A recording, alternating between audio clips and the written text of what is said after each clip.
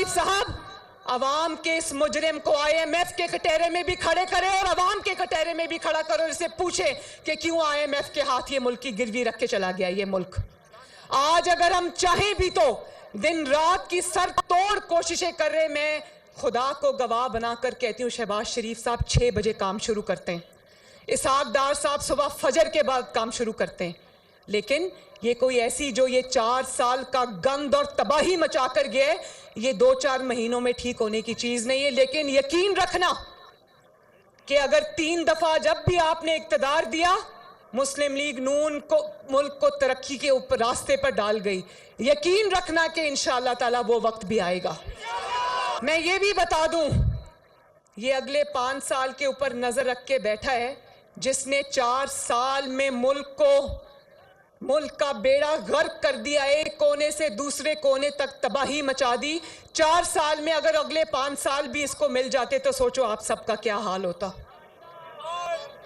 और आज मान गया है, कहता है कि ऐवान सदर में मैंने मुलाकात की थी, तो अगर मुलाकात की थी तो आज याद आया मुलाकात की थी।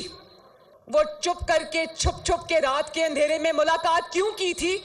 वो इसलिए की थी कि शायद दोबारा से साजिश करने का मौका मिल जाए, और वो मुलाकात कामयाब नहीं हुई तो आज सब मीर जाफर भी हो गए, मीर सादिक भी हो गए।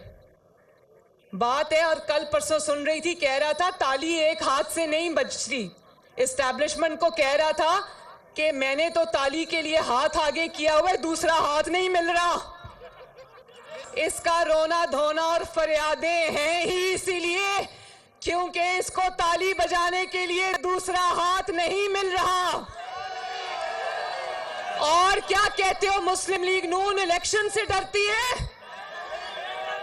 इलेक्शन से वो डरता है जो सिलेक्ट होकर आया है। इलेक्शन, अब ये ताली नहीं बजेगी। इलेक्शन से सिलेक्शन वाले डरते हैं, मुस्लिम लीग नून नहीं डरती। और आओ आकर देखो, तुम जमान पाक में छुपकर बुज़दिलों की तरह बैठे हो, मुस्लिम लीग नून मैदान में इलेक्शन की तैयारी शुरू कर चुकी है। और अल्लाह ताला के फजलो करम से, आप सबकी सपोर्ट से ये इलेक्शन में हम उतरे हैं। इलेक्शन हारने के लिए नहीं, इलेक्शन जीतने के लिए उतरे हैं। ये भी सुन लो, वो जो 2018 में तुम्हारी सिलेक्शन कमेटी थी ना, वो अब टूट गई है। अब तुम्हें फिक्र होनी चाहिए। सिलेक्टर्स घर चले गए हैं, और ना सिर्फ घर चले गए हैं बल्कि दोनों हाथों से उन्होंने अपने कान पकड़े हुए हैं। कल परसों में सुन रही थी कि कह रहे थे कि इमरान का घर जाना जरूरी था क्योंकि वो मुल्क के लिए खतरा था। जिस खतरे का आपको आज पता चला है, मुस्लिम लीग नून, वो खतरा पाकिस्तान के लिए 2011 में ही भाप गई थी। तो अब आपकी कहानी खत्म, साजिशों का दौर खत्म, सिलेक्शन कमेटी खत्म। वो जो बाबा रहमत था ना, बाबा रहमते जो अपने आप को कहता था, वो बाबा रहमत इस कौम के लिए सबसे बड़ा बाबा ज़हमत बन गया।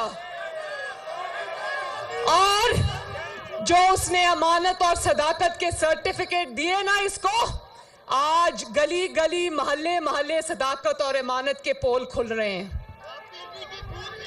कोई वो घड़ी चोरी को रो रहा है, तोहफे बेचकर खा गया।